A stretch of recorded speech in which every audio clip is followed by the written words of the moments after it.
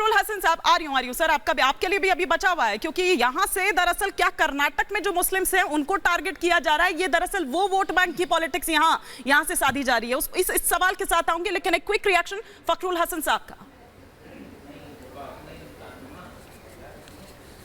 देखिए, एहसन सिंह साहब के तो विधायक मंच से खड़े होकर कहते हैं कि एक उत्तर भारत का माफिया है, उसने 51 लाख रुपए चंदा दिया।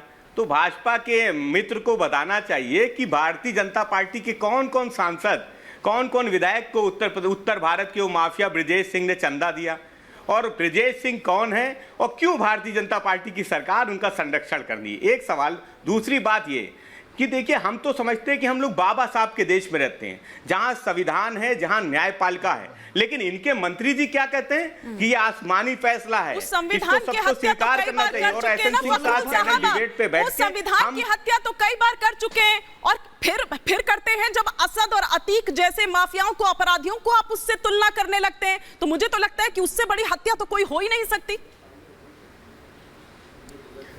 नहीं, हिमानी जी पहले तो आपको और आपके चैनल को, भाजपा को तय करना पड़ेगा कि ये देश संविधान से चलेगा या किसी अपराधी की हत्या से चलेगा। कि अपराधी की हत्या हो गई, आप उनको जोड़ लें। एक सेकंड सर, एक सेकंड, इसमें चैनल का रोल कहां से आ गया? जब आप असद के एनकाउंटर को संविधान का एनकाउंटर आप लोग बता देते हैं, इसमें चैनल का रोल कहां से आ गया सर?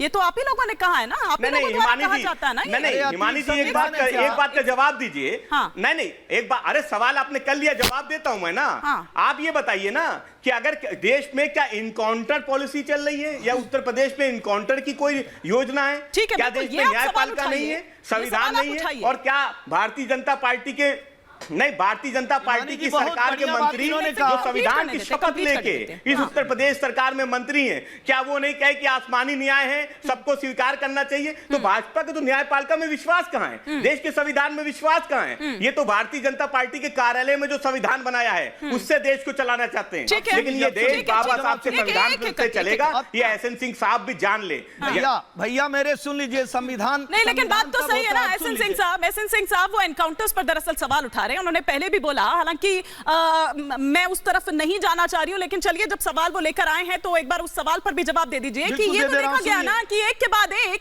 एनकाउंटर में ही क्यों मारे जा रहे हैं। ये एक न्याय व्यवस्था होती है ना, न्यायपालिका, इन पर विश्वास नहीं है। वो सीधा सवाल यहां पर ये कर रहे थे। फखरुल भाई नोट कर लीजिए, 16 फरवरी 2015 मुजफ्फरनगर कोर्ट में विक्की त्यागी की गोली मारकर हत्या हो जाती है। 15 दिसंबर 2014 बागपत में पुलिस पर AK-47 से हमला हो जाता है। किसकी सरकार रहती है, उसमें अमित भूरा को छुड़ा ले जाते हैं। 5 सितंबर 2014 मेरठ कचहरी में नितिन की हत्या, बोला नहीं कानून व्यवस्था के लंबे लंबे दावे करते हो। जेल सुपरिटेंडेंट की हत्या, कानपुर आगरा पेशी के दौरान हत्या, और मैं कह रहा हूं कृष्णानंद ये पीछे कहां जा रहे हैं, इतिहास में कहां जा रहे हैं? की हत्या और उनके गवाहों की हत्या। कानून का राज दे रहे हो, संविधान की बात कर रहे हैं, संविधान की धज्जियां तब उड़ाई गई जब उसको गवाह नहीं मिलते थे, जब पुलिस पकड़ने नहीं जाती थी, जज उसका मुकदमा लेने से मना कर देता था और सरकार उसके विरोध में खड़ी हो जाती थी। संविधान की धज्जियां तब उड़ती थी जब 2 लड़कियों को, नाबालिग लड़कियों को मदरसे से उठाकर ले आता था, उसके साथ जुर्म करता था, और जुर्म के बाद उनकी मौत हो जाती थी। कहां जाकर बैठे? चूंकि आप लोग कर रहे हैं, 91, 93 आपने प्रत्याशी नहीं उतारा, 95 में गेस्ट हाउस जैसे कांड में, अरे भैया 51 लाख रुपए में से आपका हिस्सा है क्या?